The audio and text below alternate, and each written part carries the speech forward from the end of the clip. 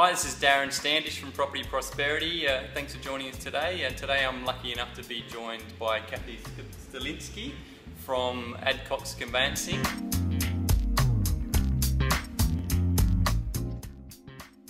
The Australian Institute of Conveyancers, this SA division, which I'm current president of, has a website, and there's a Find a Conveyancer section on their website.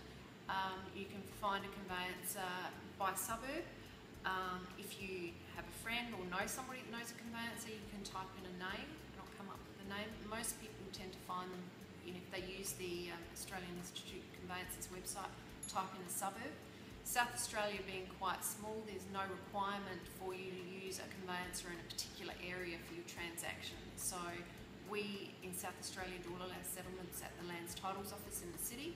So if you're buying a property in Cooperative or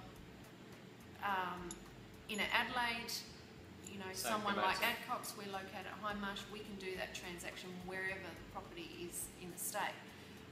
Yellow pages, there's listings alphabetically. Google, obviously, type in, looking for conveyancers. Does it have to be some sort of qualifications? Is there something I should ask a question of a conveyancer if I want to make sure whether they're the right conveyancer for me? Yes, we recommend all conveyancers have to be registered. So conveyancing officers will often have support staff that aren't registered conveyancers. Only registered conveyancers can certify a document, and a registered conveyancer should be the only person giving you specific advice relating to property.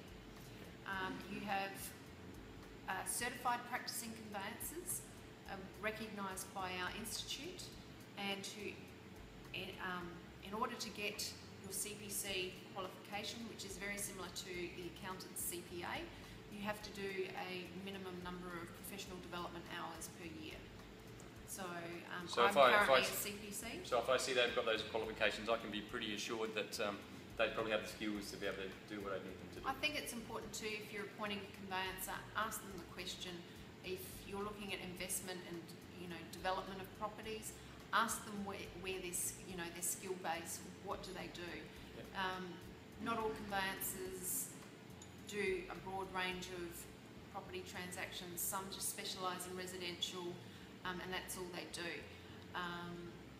So I think it's important that you speak to whoever you're looking to appoint, ask them their area of expertise, and don't be driven by price. Unfortunately, many consumers are driven by price and advice of their agent saying you can get conveyancing for $400. It's like anything, if you want good advice, good service, you get what you pay for.